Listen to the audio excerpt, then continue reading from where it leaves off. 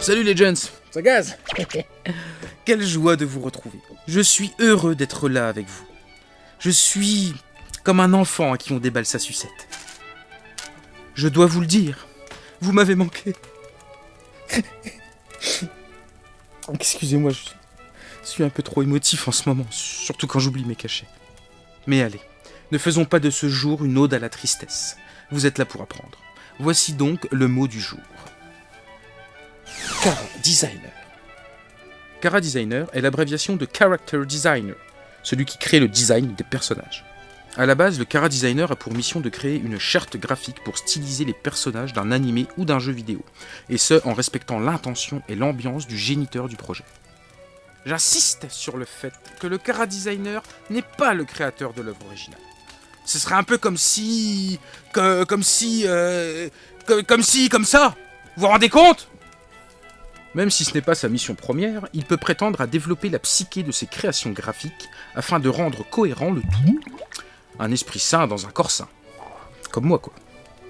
Pour créer son Chara Design, c'est comme ça qu'on dit, le character designer va devoir faire des recherches graphiques et générer ce qu'on appelle un model sheet, un ensemble de croquis où on pourra voir le personnage sous différentes postures, avec différents angles de caméra, mouvements, expressions, voire costumes. Un vrai Jean-Paul Gaultier de l'animation. Pourtant, même si le Chara Designer est à l'origine de la conception des personnages, ce ne sera pas lui qui dessinera l'intégralité de ceux-ci, laissant cette tâche ingrate à des animateurs moins qualifiés. Durant le déroulement du projet, le Character Designer pourra également se charger de ce que l'on pourrait appeler le contrôle qualité.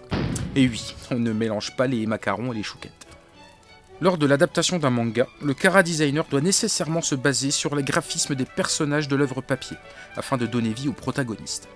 Cependant, il peut tout de même sur certains projets avoir une plus ou moins grande liberté d'expression. Le Chara Design peut alors être très différent du manga originel. La mission du Character Designer est concomitante à la naissance des animés. Pour réussir dans ce métier, il faut bien évidemment maîtriser sa plume tel un Jean-Baptiste Poquelin de basse-cour. Basse-cour. Non, bon. Mais également avoir certaines dispositions dans le domaine du travail d'équipe. De plus, cette fonction évolue grandement à mesure des avancées technologiques et il n'est pas rare de voir ces maestros du dessin briller également dans la modélisation 3D. Mais pour illustrer mes propos, faisons appel à cet enculé de gredin. Oh, pardon. Oh, putain, en fait. Bah, qu'est-ce que t'es en train de dessiner ? Fais voir ? Tu veux pas me montrer ? Allez, au travail, tu montreras ça après. En résumé, le Chara Designer, ou Character Designer, a pour mission de créer le design des personnages d'un animé ou d'un manga.